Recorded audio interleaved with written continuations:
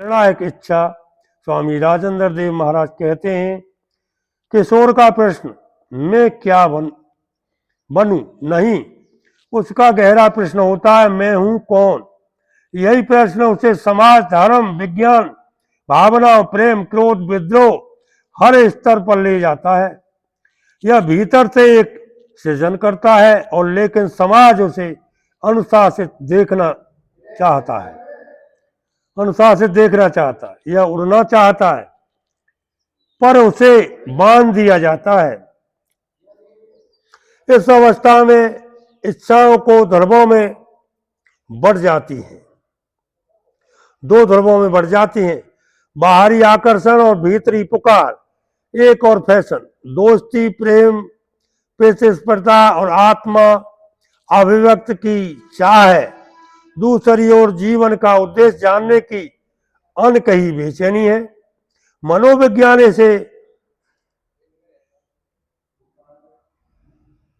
इंडिनेक्टिव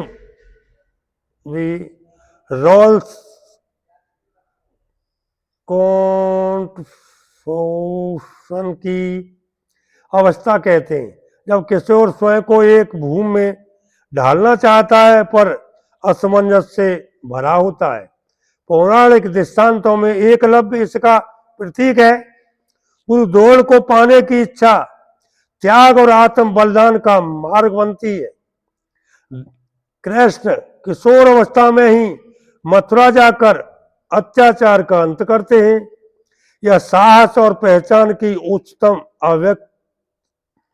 अभिव्यक्त है।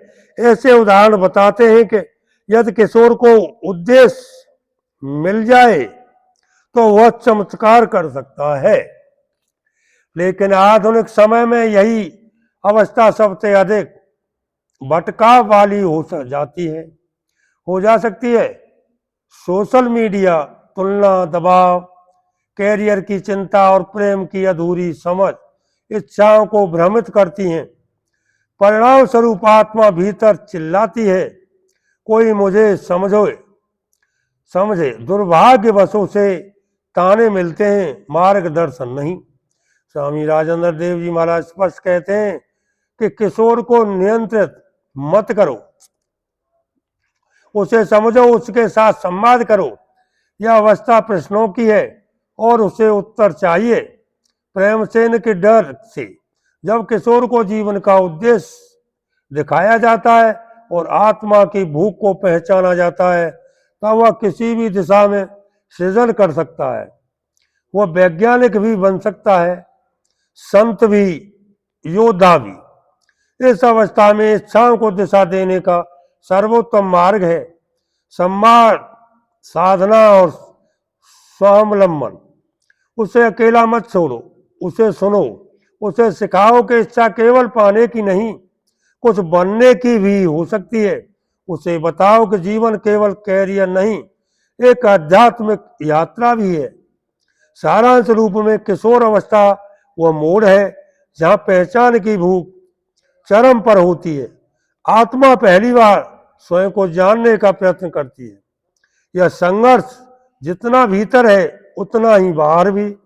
यदि किशोर को सही मार्गदर्शन, प्रेम और प्रेरणा मिले तो वह आत्म के लक्ष्य की ओर अग्रसर हो सकता है, वरना यही अवस्था उसे भ्रम, हानि, अवसाद में भी ले जा सकती है। युवावस्था, इच्छा से कर्म तक की यात्रा। किशोर अवस्था की पहचान की भूख जब स्थिर होती है तब प्रवेश होता है युवावस्था। यह वह कालखंड है जहां इच्छाएं केवल कल्पना नहीं रह जाती, वे क्रिया बनना चाहती हैं। यही वह समय है जब मैं कौन हूं का उत्तर मैं क्या कर सकता हूं मैं बदलता